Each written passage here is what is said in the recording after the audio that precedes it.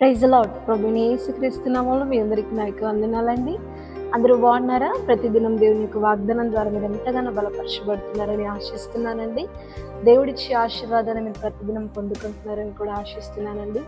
మరి ఉదయకాల సమయంలో దేవుని యొక్క వాగ్దానాన్ని చదువుకుందాము. సామెతల గ్రంథము 10వ అధ్యాయము 22వ వచనము.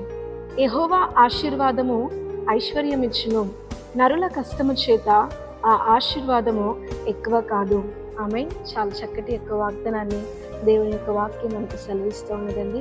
ఇక్కడ దేవుని మనకు వాగ్దానం చేస్తున్నాడు ఏంటంటే, దేవుడిచ్చే ఆశీర్వాదము మనకు ఐశ్వర్యం ఇస్తుంది.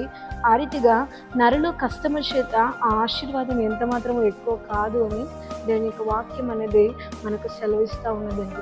అవును, చాలా శరీరం అలసిపోయినా కానీ చాలామంది చాలా కష్టపడుతూ ఉంటారు. ఎందుకు కష్టపడతారు అని అంటే, వాళ్ళ కళని నెరవేర్చుకోవడానికి. ఈరోజు నేను కష్టపడుతున్నాను కానీ నా లైఫ్ కొంచెం ప్రొఫెషనల్గా ఉండాలి, ఒక కంఫర్టబుల్ లైఫ్ని నేను లీడ్ చేయాలి, నా చేతిలో ఎప్పుడు డబ్బు ఉండాలి అని చాలామంది వాళ్ళ లైఫ్ని గుర్తు చేసుకుంటూ వాళ్ళు చాలామంది కష్టపడుతూ ఉంటారు. ఈవెన్ వాళ్ళ శరీరాలు అలసిపోయినప్పటికీ కూడా. కానీ దేవుని యొక్క వాక్యం మనకు సెలవిస్తూ ఉన్నది ఏంటంటే, నేనిచ్చే ఆశీర్వాదము నువ్వు కష్టపడినంత కంటే ఎక్కువగా ఉంటుంది. మీ దేవుడి గురించి మనతో మాట్లాడుతూ ఉన్నాడండి. చూడండి, నువ్వు అంత కష్టపడుతున్నారు, మీరు అంత కష్టపడుతున్నారు, మీ ఫ్యూచర్ని మీరు ఊహించుకుంటూ మీరు ఎన్నో కలలు కనుకుంటూ మీ చేతుల కష్టార్జితం చేత ఎన్నో చేయాలని మీరు ఎన్నో కలలు కంటూ మీ శరీరం అలసిపోయినప్పటికీ కూడా అంత కష్టపడుతున్నారు. కానీ చివరికి ఇంటి దగ్గరికి వచ్చేసరికి బ్యాలెన్స్ అనేది మన చేతిలో లేకపోతుంది. And what may be the reason for that అండి? సో రీజన్ ఏంటంటే, మనం ఎంతో కష్టపడుతున్నాము కానీ ఆ కష్టాన్ని దేవుని చేతిలోనికి అప్పగించుకోలేకపోతున్నాము. మనం ఎంత కష్టపడినా కానీ దేవుని ఆశీర్వాదం అనేది మన జీవితంలో లేకపోతే కష్టపడి మన చేతులు అలసిపోతాయి. కానీ మన ఫ్యామిలీలో ఒక బరకతి అనేది మన ఫ్యామిలీలో ఎంత మాత్రమూ ఉండదండి.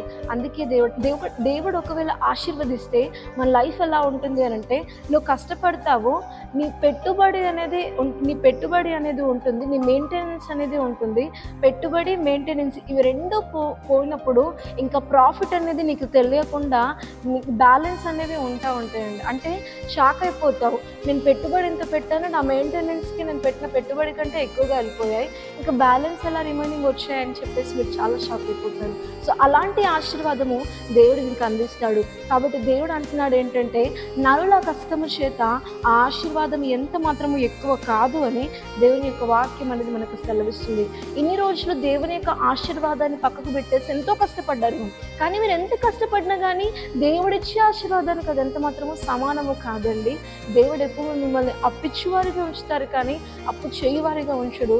తలగా ఉంచుతాడు కానీ తోకగా ఎంత మాత్రము ఉంచును అని దేవుని యొక్క వాక్యం సెలవిస్తుంది. కాబట్టి కష్టపడి ఇన్ని రోజు చాలా అలసిపోయారేమో, కానీ ఇప్పుడు దేవుని చేతుల్లోనికి దాన్ని అప్పగించండి. దేవుడు ఆశీర్వదిస్తానని ఈరోజు మీకు వాగ్దానం చేస్తున్నాడు. అట్టి ఆశీర్వాదము, ఇట్టి వాగ్దానము ప్రతి జీవితంలో అది నెరవేర్చబడును గాక. ఆమేన్. ప్రార్థన చేసుకుందాం.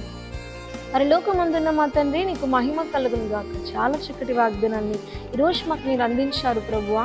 ఎంతో కష్టపడుతున్నాము కానీ కష్టంలో ఆశీర్వాదం అనేది లేకపోతుంది. ఆకాశమందు మా ఆశీర్వాదం కానీ ఈరోజు తండ్రి ఆశీర్వాదం అనేది మేము ఎక్కడ మిస్ అయిపోతున్నామో ఈరోజు మాకు చెప్పి తండ్రి యేసయ్య, మమ్మల్ని ఆశీర్వదించడానికి మీరు సమీపంగా ఉన్నారని తండ్రి మీరు మాకు బయలుపరిచినందుకు నీకు స్తోత్రాలు చెల్లించుకుంటున్నాను. ఆశీర్వాదం లేక ఎంతమంది అయితే ఉంటున్నారో వాళ్ళందరి జీవితంలో మీరు ఆశీర్వాదాన్ని దయచేయమని మహిమ ఘనత ప్రభావాలను చెల్లించుకుంటూ ప్రభు యేసుక్రీస్తు నామంలో అడిగి వేడుకుంటున్నాం తండ్రి. ఆమేన్.